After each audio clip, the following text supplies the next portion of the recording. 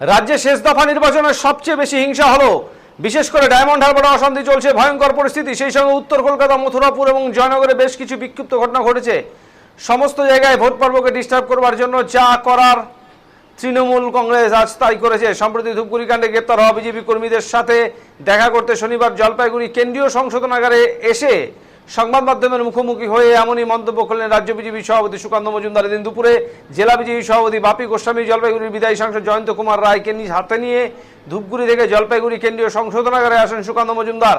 সেখানে বিচারাধীন থাকা দলীয় কর্মীদের সাথে প্রায় ঘণ্টাখানেক কথা বলেন। এরপর সংবাদ মাধ্যমের সাথে কথা বলতে গিয়ে তিনি বলেন, ধূপগুড়ির ঘটনায় বেছে বেছে বিজেপির ৩৫ জন কর্মীকে গ্রেপ্তার করেছে পুলিশ।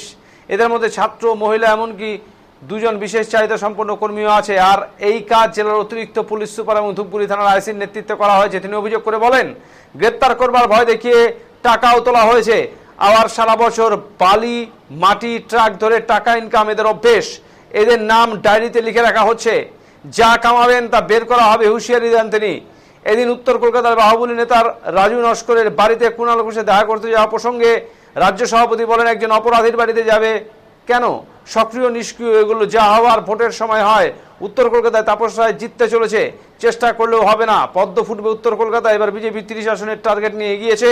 তৃণমূলের থেকে একটি আসনে হলেও বিজেপি বেশি আসন জিতবে বলে এদিন দাবি করেন সুকান্ত মজুমদার।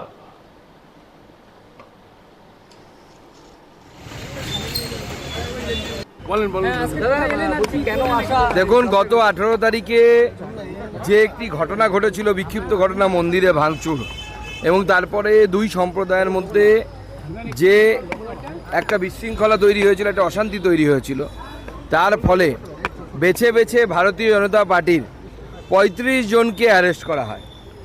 এবং তার মধ্যে ছাত্র আছে, 2 জন হ্যান্ডিক্যাপ আছে, অর্থাৎ ডিফারেন্সিয়ালি এবল, দিব্যাঙ্গজন আছেন, 1 জন পক্সের পেশেন্ট আছে।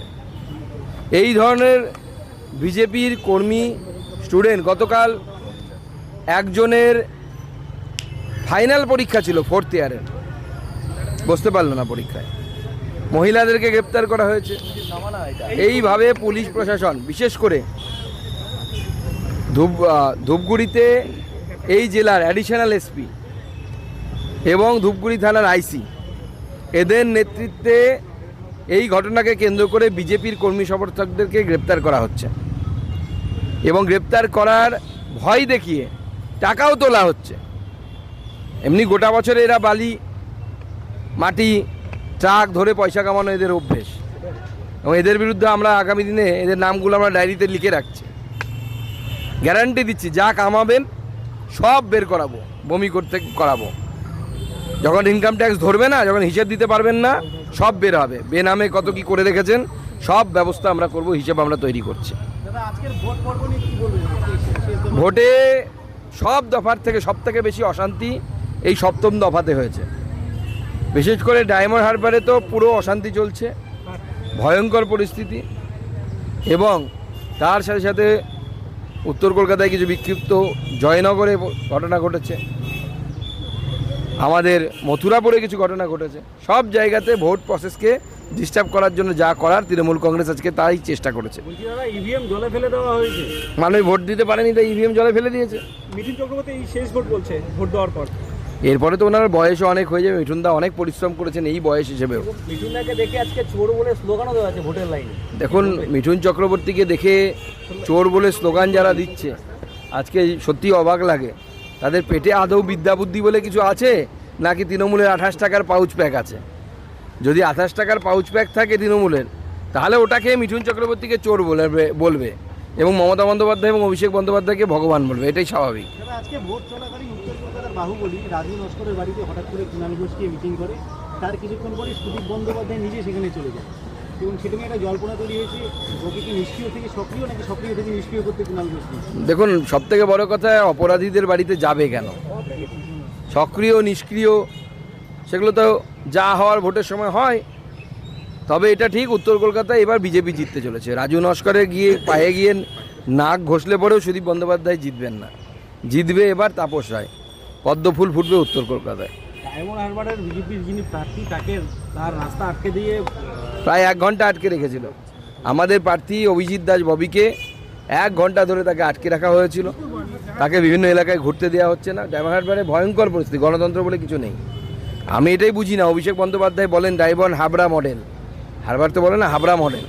সেই ডায়মন্ড হারবার মডেল যদি এতটাই ফেমাস হয়, এত বিখ্যাত হয়, এত কাজ করে থাকেন উনি, ভারতবর্ষের নাকি উনি 1 নাম্বার এমপি, তাহলে ভোটে এত ভয় কেন? ভোট তো স্বাভাবিকভাবে ফেস করা উচিত, বিরাট ভোটে এমনি জয়লাভ করা উচিত। ফলতাতে ভোটারদেরকে বের হতে দেওয়া হচ্ছে না, জাহাঙ্গীরের গুন্ডারা সেখানে ফলতাতে মানুষজনকে বাড়িতে থেকে বেরোতে দিচ্ছে না, ভোট করতে দিচ্ছে না। জেলে আসার পর কি কথা হলো বা কি বললেন ভিতরে? আমি আমার কর্মীদের সাথে দেখা করলাম, তাদের কুশল মঙ্গল জিজ্ঞেস করলাম, তারা যেন ভরসা রাখে। আমরা জামিনের চেষ্টা করছি, খুব তাড়াতাড়ি আশা করি আমরা জামিন পেয়ে যাব।